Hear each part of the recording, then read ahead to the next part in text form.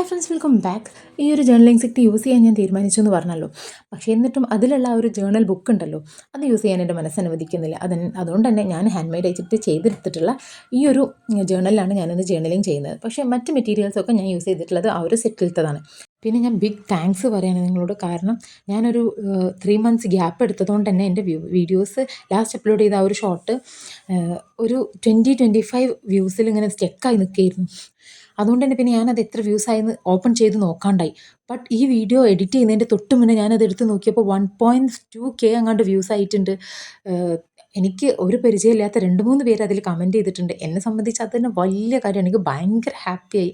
പിന്നെ അതുപോലെ ഒരു നെയിമും കൂടി ഇങ്ങനെ ഡെക്കറേറ്റ് ചെയ്തിട്ട് എഴുതുമോയെന്ന്, അല്ലെങ്കിൽ ഭംഗിയാക്കിയിട്ട് എഴുതുമോയെന്ന് ചോദിച്ചിട്ടൊരു കമൻറ്റ് വന്നിട്ടുണ്ട്.